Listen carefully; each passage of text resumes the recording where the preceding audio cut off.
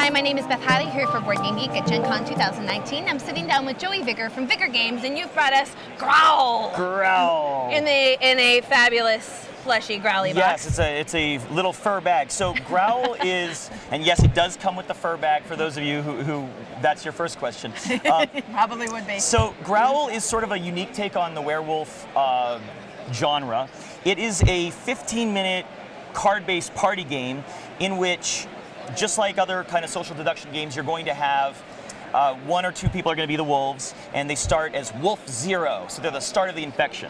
So their goal is to infect the colony, just like other games you're used to. What's different about this game is that unlike games where you have like a roll tile or something that will explain and you stay the same roll, your hand in this game becomes your roll.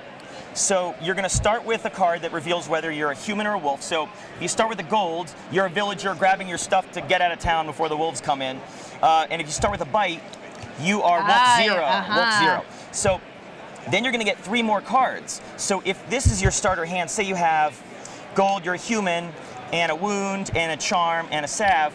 So you look at your hand. You don't play cards in this game, you give cards. Your hand is always reconciled sort of in real time. So if you have this hand, your charm will negate a bite. So if you're a human, you can actually take up to 3 bites, and you turn into a wolf at 3. But if you have a charm, you can take 3 bites and still be a human. But if you lose your charm or get a 4th bite, then you cards turn. are getting passed to Exactly. you, that's going to flux all the time. Right. So there's only 5 cards to worry about. It's very simple in the basic version. There's the gold, which is points at the end of the game, and you can hold over your points between rounds since there's very short 15-minute rounds. There's wounds. 3 wounds kills either a wolf or a human. Oh, interesting. Oh, so rather than sort of an evening or a morning time vote. Right. Oh, there's no voting yet. So. But then there's a salve, and the salve negates a wound. You can see it's got the sort of cancellation. Same relationship right, as exactly. bite to charm. So 3 wounds kills you, 3 bites turns you, and then, like I said, charms negate bites. So the way the game actually works is you have your hand of cards at the beginning, and we're all essentially claiming to be humans, obviously, because the vast majority of the players are going to be humans. And then there's going to be a big deck. In the center of the actual table, you're going to take the top card, give it to the player you want. So you can say who needs a charm, who needs a bite. Over time, you individually have a lot of sort of agency over your actual experience. So you could give somebody a wound you suspect, and then every 5 minutes or so, periodically throughout the deck, there's going to be a night card. And when a night card pops up, you take the special power. Then, just like in the day phase, you pass cards face up. The night phase, you pass cards face down to your neighbors, but only wolves can pass bites at night. So the next day phase, if you find a bite, you know one of your neighbors is a wolf because you shuffle the cards you get together, but you don't know which neighbor is a wolf. So that also takes out the need for a moderator then as well. There's no moderator in this game, and the end of the game, of course, is the big growl where, because there's no moderator, there's a visual sort of spectacle where you find out who is Wolf 0. So after the 3rd night, Wolf 0 goes, growl. And then if I turned you start to join in. You can do it with me. Growl.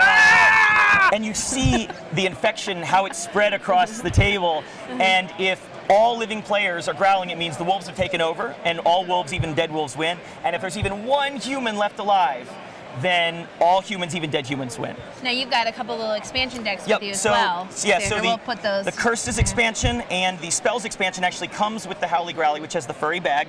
And then the 7 Sins expansion adds some sort of fun little rewards and punishments. And then the Undead adds a 3rd faction. So a dead wolf and a dead human lose their status as a wolf or a human and become the undead. Now you want to zombify everybody.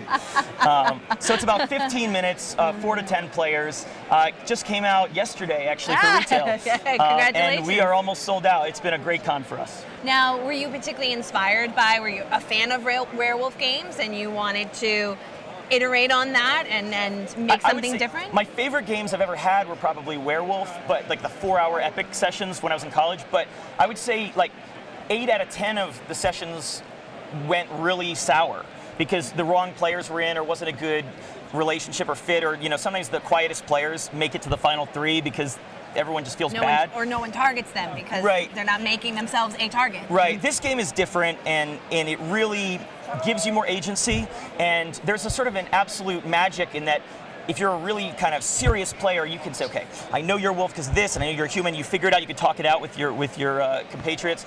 But a lot of new players are sort of the not very dedicated, serious gamers. Can still be like, well, you gave me a wound, so it's my turn. I'm going to give you a wound, and it still works. The game still works. So you can mix and match gamers. It's a great gateway game. When I feel like the card structure, if people find the freeformness of a social deduction game a little intimidating, I feel like this would give them a structure to fit in that would be a good gateway to kind of, that there's still that banter, that chatter, that, oh, you did it, you know, but yet you still have this. You get a turn.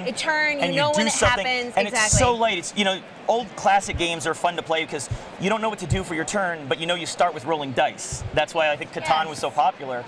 This game, you might not know what you want to do, but when that deck is handed to you, the top card is revealed, oh, it's a bite. Who do I think can handle a bite, or who's claiming to handle it? You don't want to give it to your neighbor because if they're a wolf, it's ammunition to be used back against you.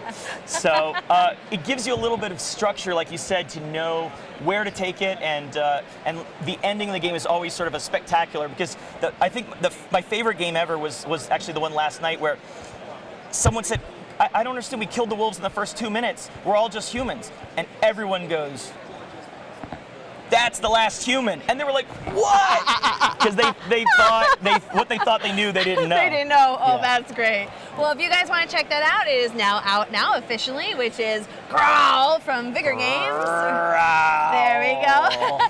And Joey, thank you so much for giving us a quick tour. Thank you so much, Beth. Have a good day.